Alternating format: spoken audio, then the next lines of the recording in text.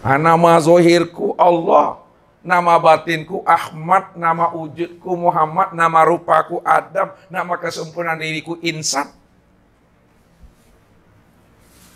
Itulah sempurnanya Bapak Ibu mengenal Allah itu. Jadi ketika kita memandang si A, memandang si B, yang nampak Allahnya yang kosong tuh, Allah itu kan namanya. Nah, namanya tuh nama daripada dirinya. Nah, dirinya yang mana? Yang kosong. Ketika memandangnya nampak kosong tuh. Kayak gini ya. Ini kosong. Lihat, tangan Ustaz. Nah, ketika kosong, muncul dia. Muncul, kosong lagi. Kosong, muncul lagi ini ya. Kosong dia lagi. Maka yang wujud ini, ya, wujud ini kan Muhammad. Inilah wujud diriku bernama Muhammad. Tapi sebenarnya wujud diriku bernama Muhammad tuh, ya, sahabat itu kosong. Yang kosong tuh diriku. Namun untuk melihat diriku, aku wujud. Nah, siapa wujud tuh? Muhammad. Ketika memandang Muhammad yang terpandang, kosong tuh aku. Berarti antara Muhammad dengan Allah berpisah enggak tuh? Bercerai enggak dia? Kalau dia tidak berpisah, tidak bercerai, apa namanya? Esa, tunggal dia. Ketika dia esa, ketika dia tunggal, disebut namanya dengan Ahmad. Nah, itulah nama batinnya yang tersembunyi di dalam diri Allah itu. Dia Ahmad tuh.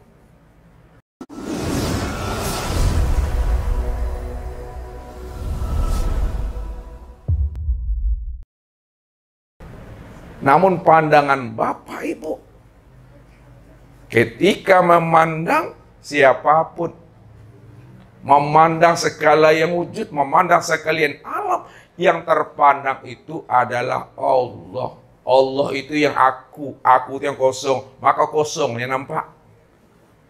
Kosong Ustaz masuk itu, kosongnya diri Tuhan.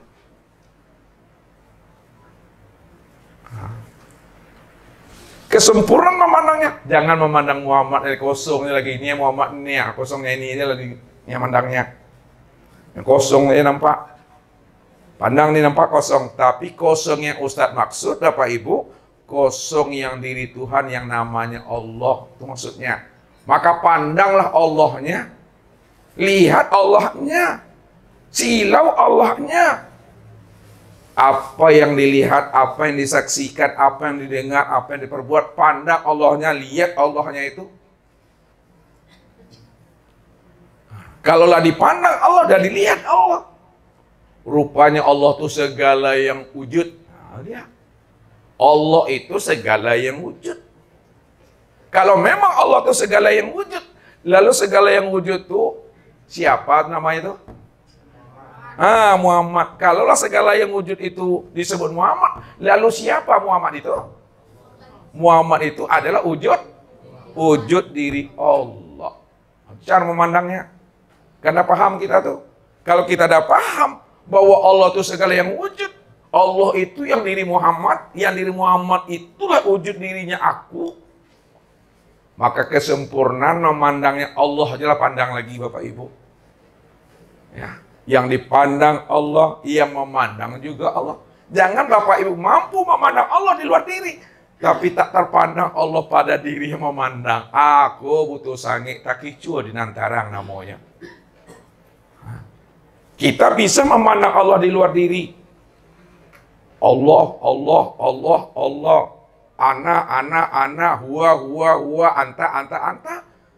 Tapi Allah yang pada diri tak mampu kita memandang. Aku tak kicu di nantarang namo tu mah. Anyi Bapak Ibu kalau nak karam. Sama sih itu mah sama-sama nak selamiknya. Ya. Jadi pandangan kita dari Allah bagi Allah untuk Allah, dari aku bagi aku untuk aku. Itu pandangan yang kasab, itu pandangan yang tembus. Itu pandangan yang tidak ada dosa di situ. Nah, berarti kalau pandangan dosa, man nazara ila sayyin ma lam yarallaha bihi fa huwa batil. Barang siapa yang bisa memandang kepada yang wujud, kepada sesuatu, kepada bentuk dan rupa, lalu dia tidak mampu memandang aku. Akulah segala bentuk dan rupa itu. Akulah segala yang wujud itu. Tak mampu dia memandang aku. Bahwa itu adalah tajaliku yang aku beri namanya, tajali aku itu Muhammad. Itu pandangan yang berdosa tuh. Balhum adol.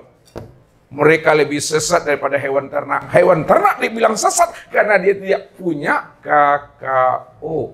Nah, bukan KO dong. KKO, apa KKO di Bu? Kinci otak. Ya, dia tak mampu memandang siapa yang melihat pada matanya, tak mampu siapa yang mendengar pada telinganya, tak mampu siapa yang hidup pada dirinya. Ya wajar saja, karena dia tidak diberikan KKO. Tapi kalau manusia sudah diberikan namanya akal pikir, sudah diberikan namanya kecerdasan rohani, lalu tak mampu dia memandang yang wujud itu Allah, yang hidup itu Allah, yang melihat, mendengar, berkata itu Allah. Tak mampu dia memandang aku pada segala yang wujud, pada segala yang hidup. Maka itu lebih sesat daripada hewan ternak. Kenapa? Karena dia telah aku beri akal pikir. Ini mesti disadari ini. Makanya Allah katakan melalui nabinya. Apa kata Allah melalui nabinya? Man akhraja nafasin bi ghairi li zikrillah fahuwal mayyit. Kal hayawan dunal baqara fahuwal khinzir. Barang siapa yang turun naik, keluar masuk napas nih, turun naik, keluar masuk napas ini, tidak ingat dia akan Allah pada dirinya. Tidak sadar dia pada dirinya itu Allah. Fahuwal mait, maka dialah yang dikatakan bangkai, Bapak Ibu. Dikatakan bangkai. Bangkai yang bagaimana kata Nabi? Dunal baqarah, bukan bangkai sapi. Fahuwal khinzir, bangkai babi. Makanya Bapak Ibu kalau mati jangan sampai orang bilang kita nih bangkai. Kalau bangkai itu tidak wajib disolatkan tuh. Namanya bangkai itu apa? Disolatkan. Tapi kenapa orang yang tidak mengenal Allah, walaupun hakikatnya bangkai, namun bagi Bapak Ibu menyolatkan mereka, Bapak Ibu masih mampu memandang diri mereka itu bukan bangkai. Itulah bersifat husnuzon kita kepada dirinya. Mudah-mudahan Bapak Ibu yang menyolatkan akan dirinya, tertolong juga dia hendaknya Bapak Ibu. Walaupun hakikat dirinya bangkai karena dia tidak mengenal dirinya, tak mengenal siapa Tuhannya. Namun bagi kita yang sudah sampai pemahamannya, hendaklah kita berhusnuzon kepada dirinya. Pandanglah dia itu ya adalah insani. Pandang dirinya itu disebut namanya Muhammad. Selamat juga dia Bapak Ibu. Itu yang diharapkannya. Ya. Makanya di dalam sholat berjamaah Bapak Ibu, kalau kita bawakan ilmu ini ke dalam sholat berjamaah, beruntung orang-orang yang sholat berjamaah. Di mana letak untungnya Bapak Ibu? Kalaulah 40 orang sholat berjamaah itu, enggak 40 orang, 39 itu Bapak Ibu tidak mengenal Allah. Termasuk imamnya situ. Namun ada Bapak Ibu satu di dalamnya mencukupi 40. Maka Bapak Ibu ini mampu mengimami imam dan jamaah di dalam sholat. Walaupun posisi Bapak Ibu sebagai makmum posisinya. Saya ulang lagi. Ini memahaminya baik-baik. Kalaulah sholat berjamaah itu 40, 39 tidak mengenal Allah. Maksud tidak mengenal Allah tadi itu, dia belum mengenal Allah yang Tuhan yang sebenar-benarnya itu, ya.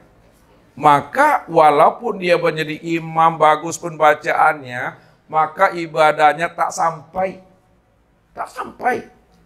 Makanya jadi imam tuh berat. Tanggung jawabnya Bapak Ibu. Bukan hanya sebatas syariat fikihnya bagus. Kalau hanya sebatas syariat fikihnya bagus, dia tidak mengenal Allah, itu namanya ibadah ritual namanya itu. Ya. Berdiri, ruku, itidal, sujud, duduk. Itu terpenuhi syarat dan rukunnya. Itu namanya ibadah ritual, sholat batang tubuh namanya. Atau mampu dia menghantarkan di jamaahnya karena dia imam. Namun ada satu orang di dalamnya itu orang yang telah mengenal Allah. Walaupun posisinya sebagai makmum, hakikatnya dia mengimami imam dan makmumnya di dalam sholat berjamaah. Maka sampailah sholat mereka semuanya. Situ letak beruntungnya. Andai kata kita tidak bermakrifat, tak mengenal Allah kita. Oh, harapan kita mudah-mudahan ada orang mengenal Allah di situ. Sampai juga ibadah sholat kita itu. Itu maksudnya. Tapi Bapak Ibu tak boleh pula sombong. Kalau enggak gara-gara dan di situ tadi sholat enggak sampai saja tuh. Sombong mananya Bapak Ibu. Ya, sok-sok nama itu. Ini yang dibilang Allah tuh. Jangan kita berlaku sombong, sudah merasa makrifat. Fala tuzaku anfusakum huwa a'lamu biman ittaqa. Itu ingat tuh. Jangan kamu merasa dirimu udah makrifat. Jangan kamu merasa dirimu udah kenal aku. Jangan kamu merasa dirimu udah sampai kepada aku. Huwa a'lamu biman ittaqa. Akulah sebenarnya yang tahu siapa yang makrifat, siapa yang kenal aku, siapa yang menjadi kekasihku. Siapa yang betul-betul menjadi kekasihku, aku yang tahu. Karena akulah yang menjadi rahasia dirimu. Dirimu itu akulah yang rahasianya. Aku inilah yang wujud dirimu. Aku yang tahu itu kata Tuhan. Setelah makrifat Bapak Ibu, setelah paham kita tak boleh pula ngaku-ngaku lagi di sana. Makanya orang makrifat tak ada pengakuan di sana. Kalau ada orang makrifat mengaku diri makrifat, itu bohong, itu dusta tuh. Karena orang makrifat tak ada ngaku-ngaku.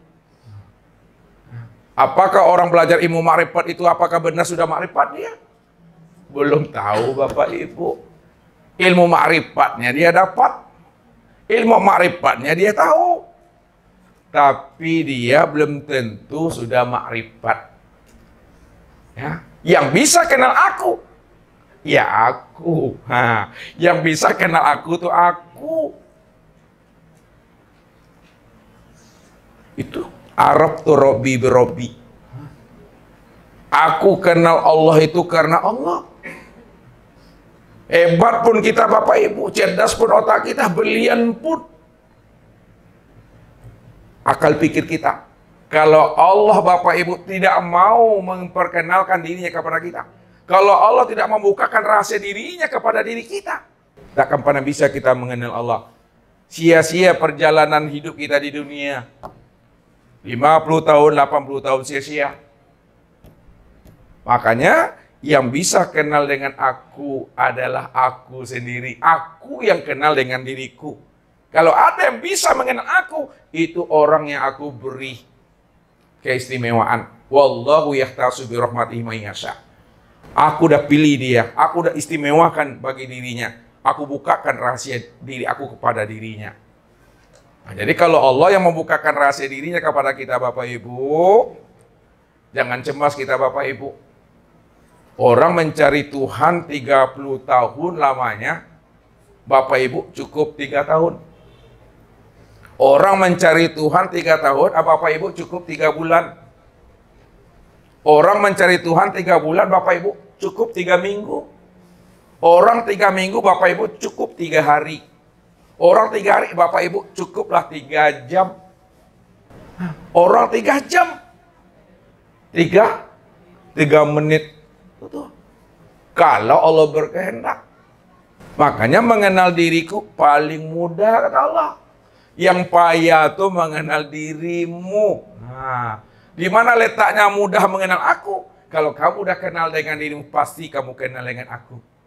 Kalau kamu udah berjumpa dengan diri sejatimu, pasti kamu berjumpa dengan aku. Kenapa? Karena akulah sebenarnya menjadi diri sejatimu itu. Diri yang hakiki, diri seakmal diri, sejatinya diri. Itu aku, kata Tuhan. Kalau udah sempurna pandangan kita, maka disitulah Bapak Ibu sudah dikatakan bertubuhkan dirinya Allah. Sudah bertubuhkan dirinya Allah. Nah, kalau sudah bertubuhkan dirinya Allah, maka disitulah letaknya rahmatan fil alamin dan rahmatan lil alamin itu Bapak Ibu. Rupanya hidup ini ya menjadi rahmat aja Bapak Ibu. Namun bagaimana kita akan menjadi rahmat kalau tak kenal dengan diri kita? Tapi kalau kita udah kenal dengan diri, itu jadi rahmatnya. Rahmat itu mendatangkan barokah. Nah, jadi orang yang barokah hidupnya, orang yang rahmat hidupnya adalah orang yang mengenal Allah pada dirinya. Karena dirinya inilah sebenar-benarnya diri Allah.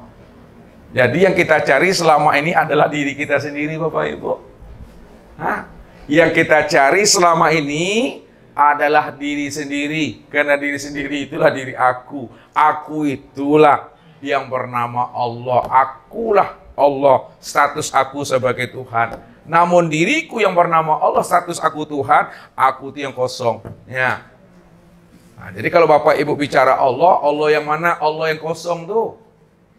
Allah yang hampa, Allah yang tiada, itu yang Tuhan itu. Tak bisa lagi diingat-ingat lagi itu. Tidak bisa lagi dianalisa. Makanya orang yang telah sampai pahamnya, disitulah sempurnanya Bapak Ibu memandang Allah. Kesempurnaan memandang Allah itu pada diam Bapak Ibu. Pada diam. Apa maksudnya kesempurnaan memandang Allah, melihat Allah, wujud Allah pada diam? Diamkan namanya akalnya. Diamkan namanya hati. Diamkan namanya rasa. Diamkan namanya perasaan. Dan diam. Rupanya memang dia yang wujud itu. Nah, setelah diam nih, yang wujud itu hanya dia. Kalau dia yang wujud, rupanya yang wujud itu yang si hayat tuh. Kalau dia yang si hayat, rupanya yang si hayat itu yang melihat, si hayat itu yang mendengar, si hayat itu yang berkata, si hayat itu yang mengetahui, si hayat itu yang berkudrat, si hayat itu yang berkehendak. Si hayat itulah sudah meliputi. Itu Bapak Ibu. Ini namanya orang yang telah asik namanya. Orang yang telah nikmat bersama Allah. Itu bahasanya Bapak Ibu. Nikmat bersama Allah itu bahasanya dia telah mengenal. Tapi kalau sudah mengenal, tidak boleh pula ada ungkapan nikmat bersama Allah. Kalau ada nikmat bersama Allah, ada dirinya, ada Tuhannya. Tidak ada bahasa nikmat lagi Bapak Ibu. Tidak ada lagi bahasa melihat, tak ada lagi bahasa menyaksikan. Tak ada lagi bahasa mencari, tak ada lagi bahasa menyata-nyatakan. Memandang-mandang tidak ada. Kenapa? Karena sudah di dalam diam-diam, di dalam paham-paham, di dalam kesadaran yang tinggi pada dirinya itu. Kalau kita sebutkan Allah itu wujud nyata, terang dan jelas untuk memberikan pemahaman bahwa Allah itu betul-betul wujud. Wujudnya itu betul-betul nyata. Nyatanya itu terang. Terangnya itu jelas. Maka segala yang jelas, itu yang sujud tuh. Segala yang terang, itu yang sujud tuh. Segala yang nyata, itu yang sujud itu Bapak Ibu. Nah, siapa yang wujud? Ya wujud ya aku. Itu maksudnya. Aku Allah. Makanya dikatakan Allah nurus samawati wal ardh. Nah, ini kalau orang tanya-tanya dalilnya. Allah nurus samawati wal ardh. Apa artinya itu? Allah cahaya langit dan bumi. Allah itu adalah nur. Allah itu adalah nur ilahi. Allah itu nur Tuhan. Kenapa dikatakan Allah itu nur Tuhan, nur ilahi? Karena memang asalnya dari itu Tuhan. Nah, karena nur ini terbitnya dari Tuhan, Tuhan itu namanya Allah, maka disitulah Allah mengatakan Allah nur, aku ini nur. Nah, samawati wal ardh. Lalu nur aku, wujud diriku, kan nur itu wujud dirinya tuh. Nur itu kenyataan dirinya. Maka wujud diriku, nur ini, jadilah sekalian alam, langit dan bumi. Ketika nur ilahi, nur Allah tadi, telah nyata dia pada sekalian langit dan bumi, maka disebutlah namanya Nur Muhammad. Nur Muhammad dia. Allah tuh nur, nur itu jadi langit dan bumi, disebut namanya Muhammad. Padahal di dalam kaji tadi sebenarnya Nur Allah dengan Nur Muhammad itu kan esa satu dia. Nah, sekarang Ustaz mau nanya sama Dewi. Ya. Ketika Allah mentajalikan dirinya berupa nur, nur itu apa namanya? Nur ilahi. Nur ilahi. Kalau ia memang nur ilahi, kenapa disebut namanya nur ilahi, Dewi? Karena berasalnya dari aku. Karena nur itu berasalnya dari diri itu Tuhan. Betul tuh satu. Sekarang, kenapa pula nur itu disebut namanya Nur Muhammad? Karena Nur Muhammad itu tempat memandang kenyataan Allah itu. Iya, Nur Muhammad, ya. Kenapa disebut namanya Nur Muhammad? Karena nur itu tempat memandang wujud Allah, tempat memandang kenyataan Allah. Karena nur itu tempat memandang nyatanya Allah, wujud Allah, maka disebut namanya Nur Muhammad. Disitulah letaknya Nur Muhammad dengan Nur Allah dengan Nur Muhammad itu Karena Nur Muhammad dengan Nur Allah itu esa, maka keesaan Nur Allah dengan Nur Muhammad itu disebut namanya Ahmad. Ahmad itu apa artinya? Allah dan Muhammad. Kalaulah Ahmad itu Allah dan Muhammad, lalu Ahmad itu nama siapa tuh? Nama batinnya Allah. Kalaulah Ahmad itu nama batinnya Allah, lalu Allah itu nama apanya? Nama zahirnya siapa? Nama zahirnya diri Tuhan. Kalaulah Muhammad itu nama zahirnya Tuhan, lalu kalau Allah itu nama zahirnya Tuhan, lalu siapa Muhammad itu? Nama wujud diriku. Kalaulah Muhammad itu nama wujud diriku, lalu siapa Adam? Nama rupa diriku. Lalu siapa pula insan? Insan itu apa Son? Nama kesempurnaan rahasia diriku. Siapa yang ingin mencari nama kesempurnaan diriku yang 100, itulah insan. Insan itu nama kesempurnaan diriku 100. Insan itu diberi lagi namanya. Siapa namanya nih ya? Jamal Ganteng. Ini dia Jamal Ganteng tuh insan tuh yang ke-100 tuh, ke-101. Sempurna ada tuh. Kalau udah kenal, jangan sok lebay. Jangan sok lebay, sok kenal, sok tahu. Kapan kita kenal dengan Allah? Di mana kita kenal Allah? Itu mesti dipahami Bapak Ibu. Cukup paham, cukup mengerti. Ya, cukup diam. Diam itulah kesempurnaan Bapak Ibu mengenal Allah. Diam itulah kesempurnaan Bapak Ibu melihat Allah. Diam itulah kesempurnaan Bapak Ibu menyaksikan Allah. Menyaksikan Allah pada segala yang wujud. Baik pada diri maupun di luar diri. Dalam bentuk rupa yang berbeda. Dalam bentuk wujud yang lain. Rupa yang berbeda, wujud yang lain. Itu aku. Aku inilah yang Tuhan bernama Allah. Aku ini. Diriku memang betul-betul adalah kosong. Yang kosong itu yang diri aku. Jadi datangnya kosong, pulangnya kosong Bapak Ibu. Ada. Datang kosong, pulang kosong. Sebenarnya Bapak Ibu datang kosong, pulang kosong itu hanyalah bahasa syariat yang telah berhakikat. Datang dan kembali. Itu kan syariat nama itu. Inna lillahi wa inna ilaihi raji'un. Datang dari Allah, kembali kepada Allah. Kenapa datang dari Allah, kembali kepada Allah? Karena bahasa syariat itu menciptakan aku, menciptakan dirimu. Kalau aku menciptakan dirimu, maka dirimu itu asalnya dari aku. Kalau asalnya dari aku, ya kembali kepada aku. Itu bahasa syariat. Kalau bahasa hakikat, datangnya kosong, kembalinya kosong. Karena bahasa hakikat itu, ya, dia batin, lalu dia menjadi nyata. Batin itu bukan berarti tidak ada. Dia ada, lalu dia menjadi nyata. Nyatanya diri Bapak Ibu itu sebenarnya nyatanya diriku. Itu maksudnya. Kalaulah nyatanya Bapak Ibu itu nyatanya diriku, sebenarnya diriku kan kosong. Kalau diriku yang kosong, maka diri Bapak Ibu inilah kenyataan diri yang kosong tuh. Diri Bapak Ibu inilah kenyataan diri yang kosong. Yang kosong itu kan diri aku.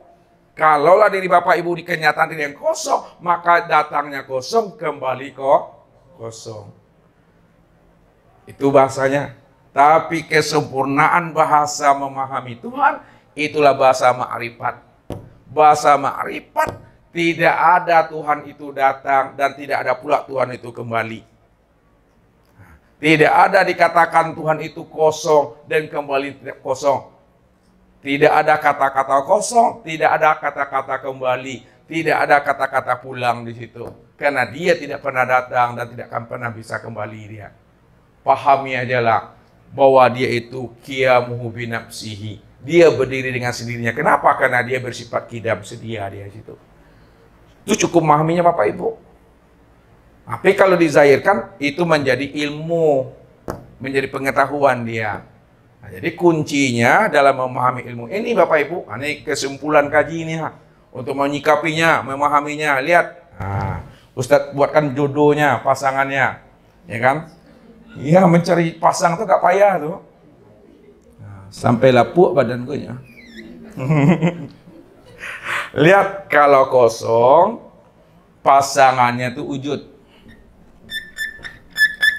Nah, kalau kosong pasangnya wujud. Maksud Ustadz, untuk melihat yang kosong, lihat kepada yang wujud. Karena yang wujud inilah sebenarnya diri yang kok. Nah, itu pertama tuh. Yang kedua, kalau disebut zat, maka pasangannya itu adalah sifat. Untuk melihat zat, pandang kepada sifat. Sifat itulah sebenarnya nyatanya zat. Itu pasangannya. Kemudian batin. Untuk melihat batin, nah, lihatnya kepada zohir. Jadi kalau Bapak Ibu ingin melihat yang batin, lihat kepada yang zohir. Karena yang zohir itulah sebenarnya yang batin. Kemudian, kalaulah melihat Tuhan, ini lagi, pasangannya itu adalah hamba. Kalau ingin melihat Tuhan, memandangnya mana? Memandangnya kepada hamba. Hamba itulah kenyataan Tuhan. Kemudian, Allah, pasangannya adalah Muhammad.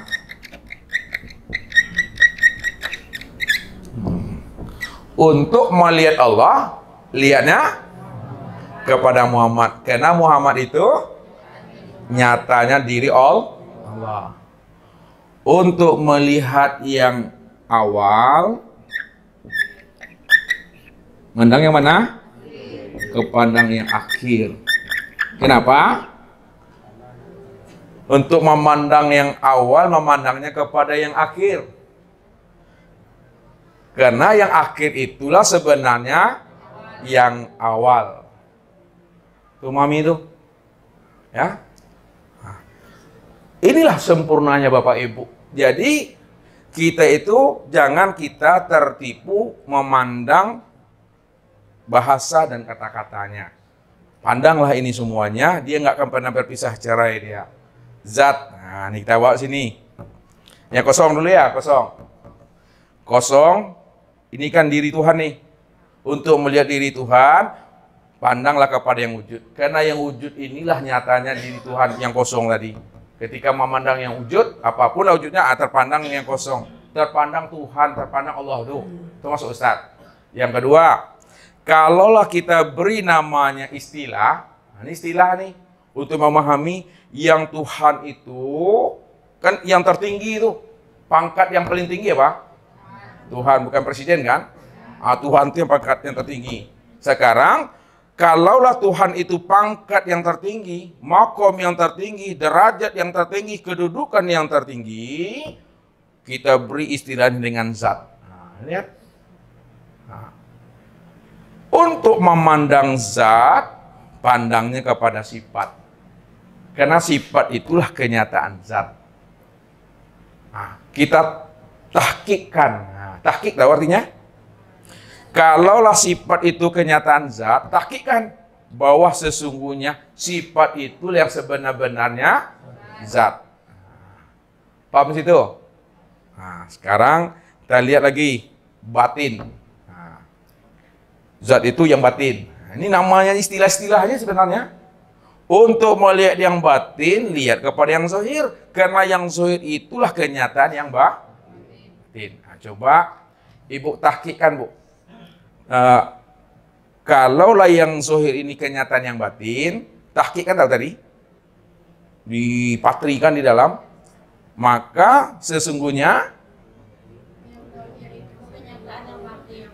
itu belum tahkik namanya. Coba saya ulang lagi, coba lihat. Nah, untuk melihat yang batin, lihat kepada yang zahir. Karena yang zahir ini kenyataan yang batin. Nah, itu diduduknya di tauhid. Sekarang ditahkikkan dia. Tahkikkan itu satukan dia pandangan batin kita. Kalaulah yang zahir adalah kenyataan yang batin. Nah, coba tahkikkan, Bu. Sebenarnya yang batin itu yang zahir.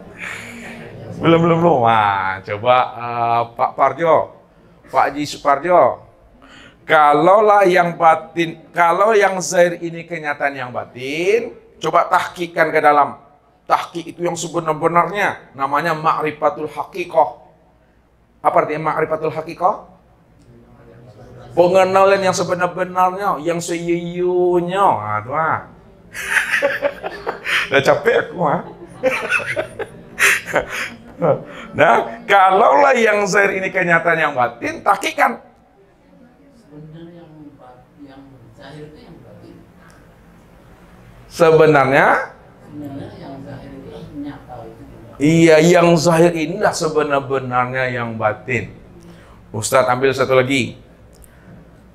Allah dan Muhammad. Nah, ini Allah dan Muhammad. Pak Haji Zainuddin. Untuk memandang Allah, mandangnya kepada siapa Pak Haji? Muhammad. Nah, lihat. Kalaulah memandang Allah kepada Muhammad, berarti Muhammad itu kenyataan untuk memandang Allah. Coba tahkikkan. Kalaulah Muhammad itu kenyataan Allah, tahkikkannya bagaimana? Coba. Muhammad itu yang sebenar-benarnya Allah. Nah. Sekarang Tuhan dengan hamba. Untuk melihat Tuhan, lihatnya kemana? Kenapa kepada hamba? Karena hamba itu kenyataan Tuhan. Lalu tahkikkan. Kalaulah hamba itu kenyataan Tuhan, lalu tahkiknya gimana? Burani. Hamba itu yang sebenarnya Tuhan. Jadi memandangnya dah satu aja Bapak Ibu. Ya, pandang Muhammad dah terpandang Allah sama. Nah, sekarang jangan Muhammad juga, Allahnya aja lagi sebutannya. Ya, nanti tertipu juga dengan Muhammad juga. Nah, tapi kalau kita mampu mentahkikkannya tadi, tidak apa-apa Bapak Ibu. Itulah arif dan bijaksananya. Disebutnya hamba Allah. Hamba itu yang sebenarnya Allah. Nah, jadi kalau udah sempurna, pandang Allahnya itu aja lah. Sempurna itu dah. Kalau udah memandang Allah, tidak ada bagi-bagi Bapak Ibu. Ya, elok senyawa nama. Inilah Bapak Ibu itu disebut namanya insan kamil mukamil. Ini sebutannya. Sekarang memang betul Bapak Ibu insan kamil mukamil. Ustaz tanya lagi, Rahmi lagi. Ini untuk mengulang kaji yang semalam. Lihat, insan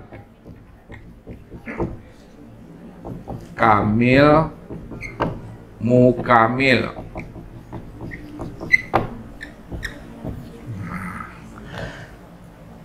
Kapan dikatakan insan kamil? Kapan juga dia disebut insan kamil mukamil? Kapan insan ini disebut kamil? Orang yang telah mengenal Nur Muhammad pada Tuh dia disebut insan kamil ketika dia telah mengenal namanya Muhammad atau Nur Muhammad. Sekarang, kapan dia disebut insan kamil mukamil? orang yang telah menyaksikan Allah dan Muhammad pada dirinya. Orang yang telah mengenal, menyaksikan Allah pada Muhammad sempurna pada dirinya insan. Disebutlah insan kamil mukamil. Inilah yang diri yang berkulimah tuh Bapak Ibu. Makanya pantas Nabi mengatakan, man kana akhirul kalamihi la ilaha illallah dakhalal jannah. Siapa yang di akhir kalamnya, maksud akhir kalam, siapa yang sudah kenal dia akan dirinya, ya, seminggu sebelum mati, 3 hari sebelum mati, 1 hari sebelum mati, sejam sebelum mati, kenal ya dirinya, bahwa dirinya inilah yang Allah dan Muhammad, sempurnanya memandang Allah dan Muhammad pada dirinya disebut insan, dakhalal jannah. Itu dia, surga bagi, itulah diri Bapak Ibu, diri yang berkelima.